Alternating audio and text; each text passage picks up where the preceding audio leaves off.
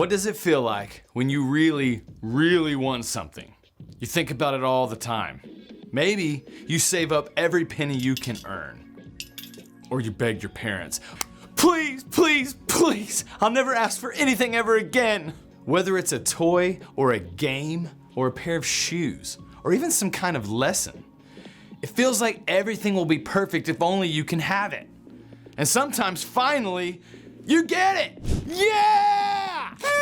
At first, it's great. Everything you hoped for.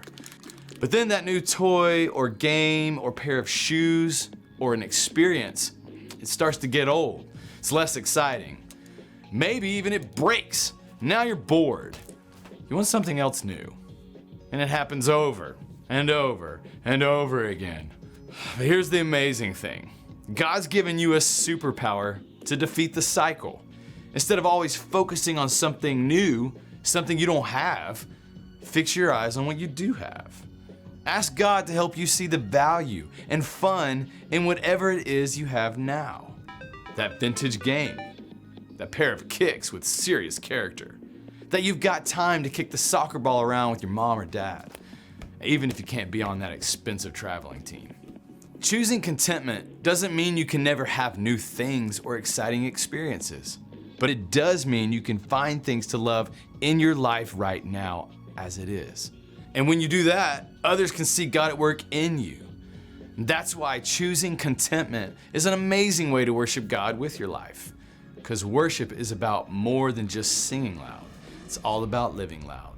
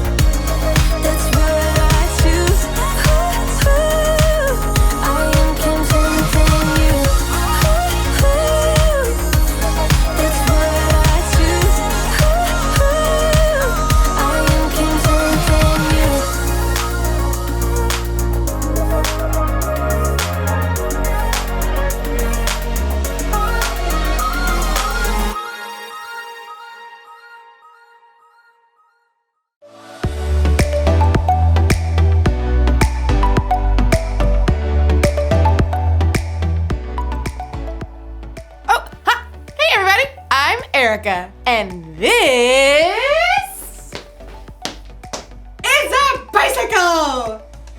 Obviously. this bike has seen better days. The paint's chipped, the gears are rusty, and the handlebars squeak whenever you turn them. If you had a bike that looked like this one, you'd probably be a little disappointed. Maybe even a little sad. You'd probably think it was time to get a new bike. But maybe you need to think again. Oh, sorry. Let me explain what I mean. It all starts with contentment. Contentment is learning to be okay with what you have. That means you don't have to be sad about your old bike. You just have to look at your old bike in a new way. You gotta see the potential. Just look. Can you see it? All she needs is a little air in the tires, oil in the gears, and some flash. I don't have to buy a new bike when I've already got everything I need to make this bike feel like new. And that, my friends, is what I call upcycling. Let's do this.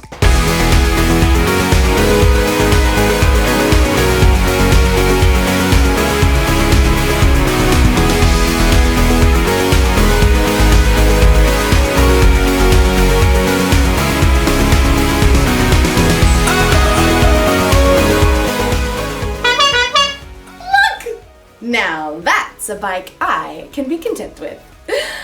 And as you'll learn in today's story, contentment doesn't only work with bicycles, it works with anything. Hear that? Yeah, me neither. I'll see you in a bit.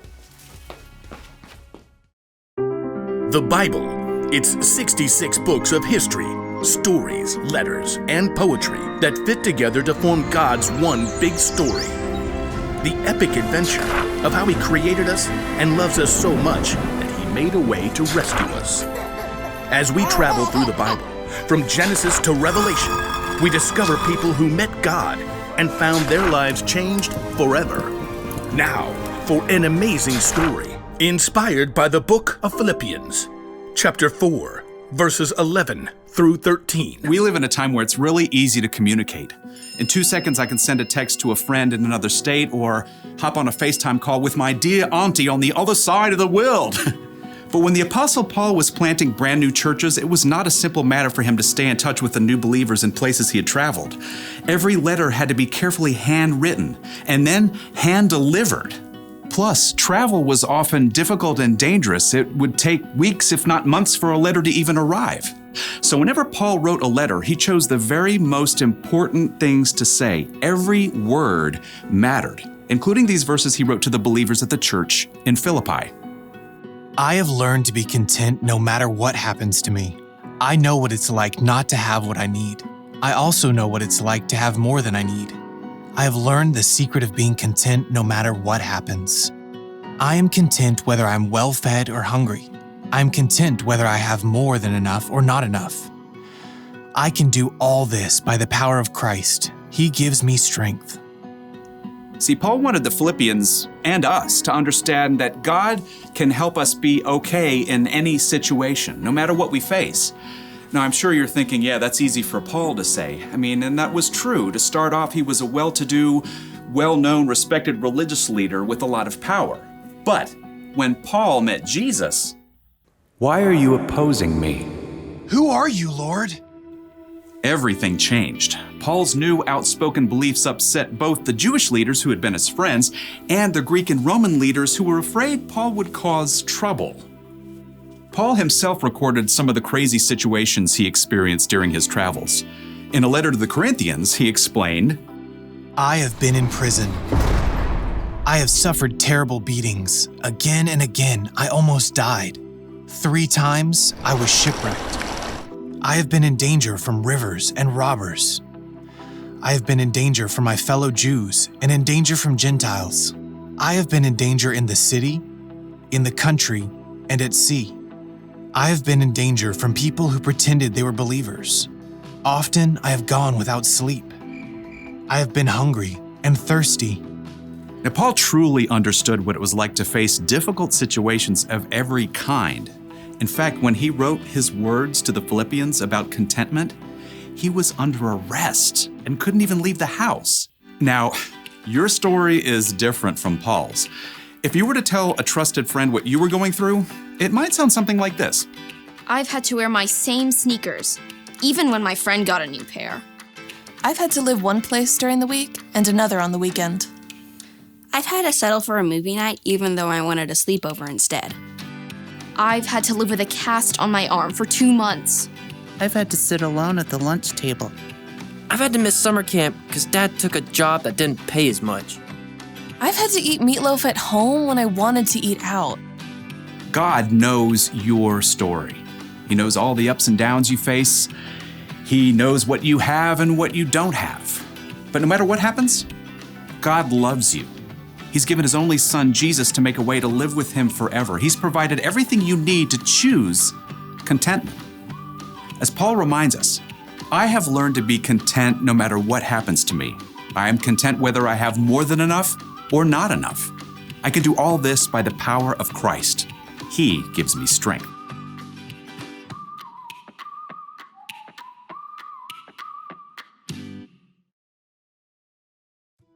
The Apostle Paul went through a lot in his life. He'd been hungry, he'd been in trouble, he'd been in prison, but somehow through it all, he knew how to be content. How could he do that? How do we do that? Well, we can find out in the letter he wrote to the Philippians. 2 things. First, Paul wrote, "I have learned to be content no matter what happens to me." The key word there is learned. Paul had to learn to be content, and so do we. Just like we learn what 2 + 2 is and how many continents there are. 7, 6, 5. Sometimes learning contentment will come easy, but sometimes learning contentment takes time. You'll learn over time how to adjust your attitude and be okay when you don't have everything you want, and when things don't go your way. The second thing Paul wrote that will help you be content is this: I can do all of this by the power of Christ. He gives me strength. When you put your trust in Jesus, you can rely on him and the Holy Spirit to give you strength when you're not feeling content about something. And that's true if you didn't get what you asked for on your birthday. It's true if you didn't get the part you wanted in the school play or the position you wanted on the football team. And it's true with bicycles! Here's the one thing to remember today. God can help you be content. When you feel sad or disappointed because something doesn't go the way you expect, talk to God about it. Ask him to help you see your situation in a new way. Could be there's more potential there than you think. I think I'll try out my new and improved bike now. I know, it's going to ride great. But even if it doesn't, I'm going to try and be content. See you next time.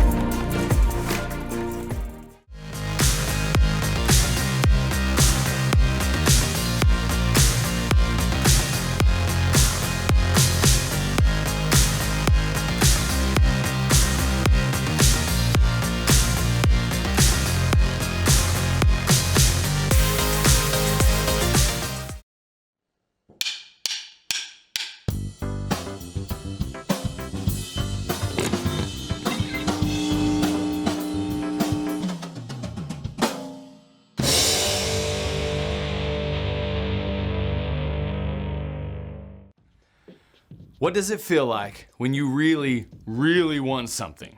You think about it all the time. Maybe you save up every penny you can earn. Or you beg your parents, please, please, please, I'll never ask for anything ever again. Whether it's a toy or a game or a pair of shoes or even some kind of lesson. It feels like everything will be perfect if only you can have it. And sometimes finally, you get it. Yeah! At first, it's great. Everything you hoped for. But then that new toy or game or pair of shoes or an experience, it starts to get old. It's less exciting.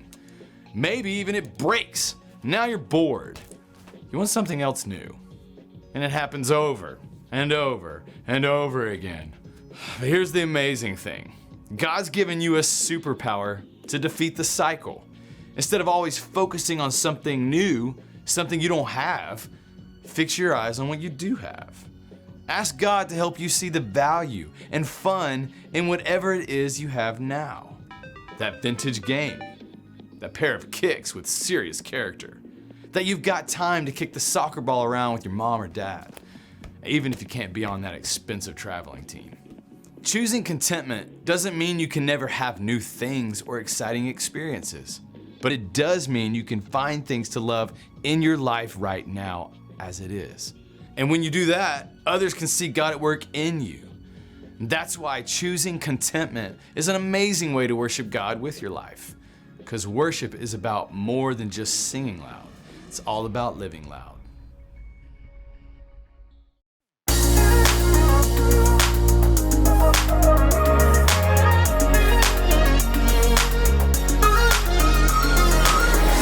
Gotta know you're everything I need. You are the reason why my heart is beating. God, you're always taking care of me. I wanna follow where you are leading. Ooh, I don't wanna miss out on the good right now. Ooh, and everything I see, you're good, so good to me.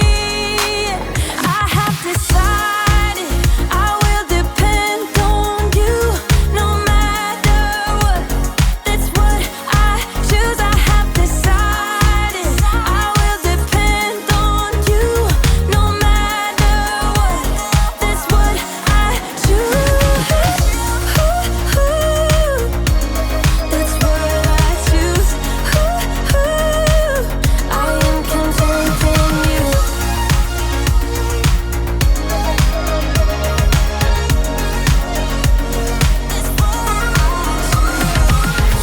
Thank you for all that you've given me. You are generous and good forever. Help me share the love you're showing me. I want everyone to know you better. Ooh, I don't wanna miss out on the good right now.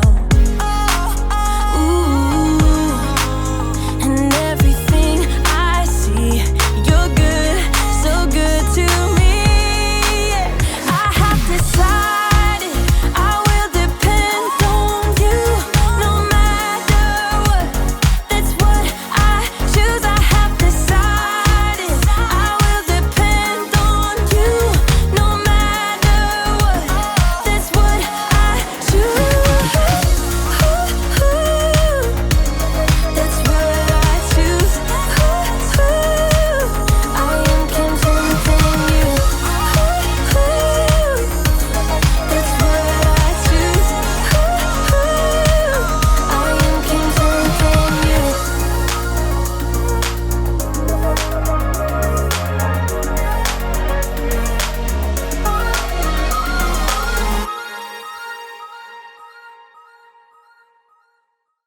You cannot. Can too. Cannot. Can too. There's no way that you can ride a unicycle. Yes, I can. It's easy. Easy? Prove it. Oh, yeah? Yeah. Oh, yeah? Yeah. Yeah? Yeah. Well, I will. Unicycle John, here I come. Woo! Ha ha! I thought you said you could ride a unicycle. I can. But I still have the training wheel on.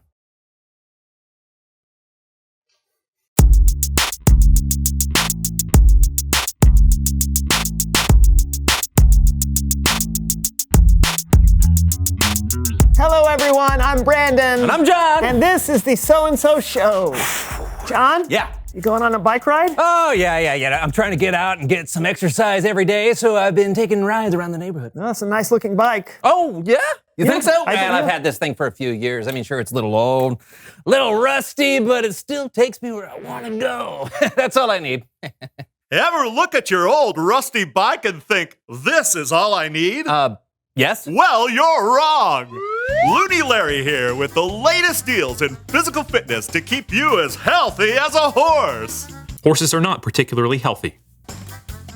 Ugh, I was hoping to get some exercise, but what's the deal with all this fresh air? Gross. I wish I could get sweaty in air conditioning and pay a lot of money for something I could do for free. Lucky you. Introducing the Laraton, a top-of-the-line exercise bike. Want to ride a bike but not go anywhere? Get a Laraton today and ditch your old, sad, bad, rusty, barely functioning, low-quality, stinky, unacceptable, cheap downer of a bike. It'll make your life better. Would I lie? I must have one. But John... Oh, it's here! Okay. Help me move it in. Come on, I'm sure it's heavy. 12 and a half minutes later. Well, what? Is it worth it? Are you happy now? Oh, yeah, I'm so happy. Good. This is way better than a bicycle that actually goes places. Now I've got everything I need. Are you absolutely sure your Laraton has everything you need? I was sure. Well, now you can upgrade your Laraton device with this attached digital display. Be instantly transported to other locales as you exercise. You can bike in the woods. Turn of the century London. A dystopian future. Your very own home. We've got all sorts of options. What? Look, I'm in outer space. Order a Laraton today. It is out of this world.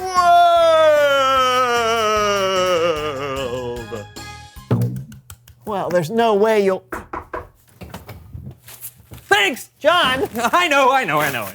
Why do you need all of this stuff? You already have a real bike. Yeah, but my real bike can't take me through the Swiss Alps. Yeah, I guess not. Now I'm absolutely 100% certain that I have everything I need. Whoa! But do you really? Release my friend! Love owning the Laraton but hate all the exhausting exercise that comes with it? Introducing Larabucks! For a small fee, you can get credit for your workouts without even doing them. Just enter your credit card number at the Larabuck Marketplace and get fit without ever working out again. Would I lie? Nope. Need to purchase Larabucks. You don't need any of this, John. Need to be shredded. No, John. John. Wait, listen. Looney Larry. No, it's Bible story time with Kellen. Oh.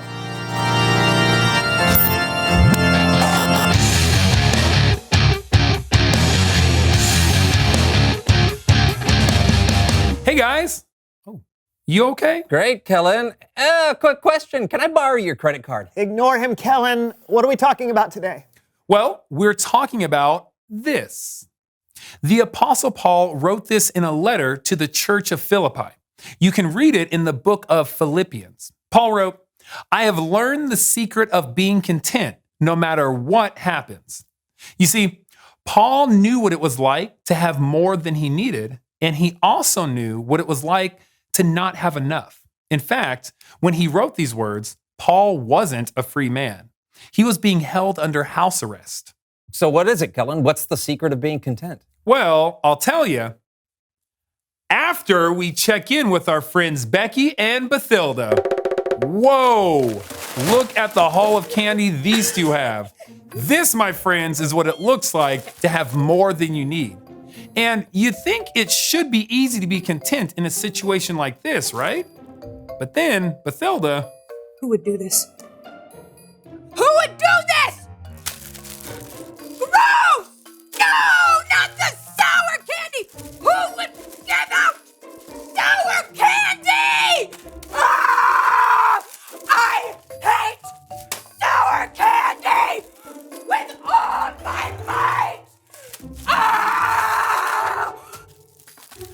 think Becky has it figured out.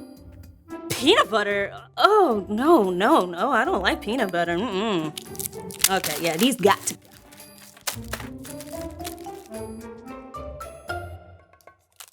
But you know what? My dad likes peanut butter, so I'll just set these aside for him. You see that? Becky was able to turn something she didn't like into a positive. While Bathilda, well, she lost her cool. Becky was content while Bathilda was not. And that's when things are going good. What happens when things aren't so good? Aw, it looks like Becky and Bathilda are a little under the weather. Okay, maybe a lot of it under the weather. This would be one of those times when it's hard for anyone to be content. Dad! I'm uncomfortable! Dad! I need more pillows! Hello? Bathilda's a little upset. And I totally get it. I can get that way when I'm sick too, or when I'm hungry, or when I don't get my way, or when someone has something that I want. It isn't always easy to be content. But then Paul wrote that he learned the secret of being content no matter what happens. Thank you for the ginger ale. I wish I wasn't sick, but it's nice to know that I have someone taking care of me.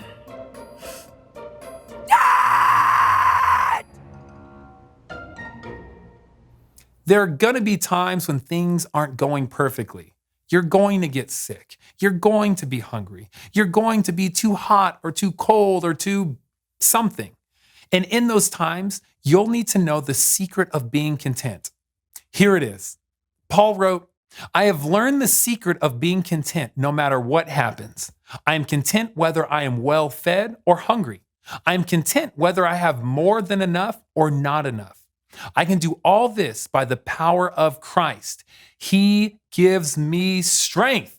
Jesus is the secret.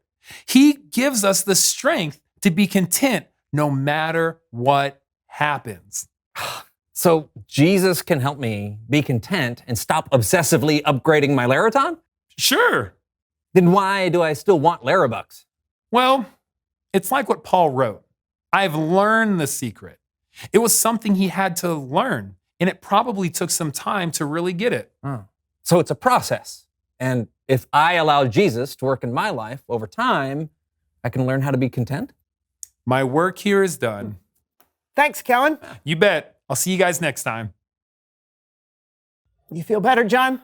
No. Being content is hard, but I'm learning. Then we're headed in the right direction. Yeah. Reveal the question. When is it hardest to be content? Well, it's obviously hard to be content when things are bad, but I actually think it's really tough to be content when things are close to perfect. Yeah, I totally get that. Like when you're at a theme park for a big vacation, but have to wait in a long line. Or when you've got exactly what you need and something better comes along. Yeah, but is the Laraton really better? Nah, I think I'm going to return it. All sales final. Okay. Well, good luck with that. Until next time, I'm Brandon. And I'm John. This was the So&So Show. You know what I could do with this? What could you do? Hang laundry on it. Oh, that's great. I'll get it nice and dry. Yeah. This would get nice and dry from my sweat. You know, an exercise bike is all well and good, but riding a bike in the great outdoors, well, ain't nothing better. Woo! Look at this scenery. Wow, this feels great. You can feel the wind. Can't see it, but you can feel it. Far. You know. Woo!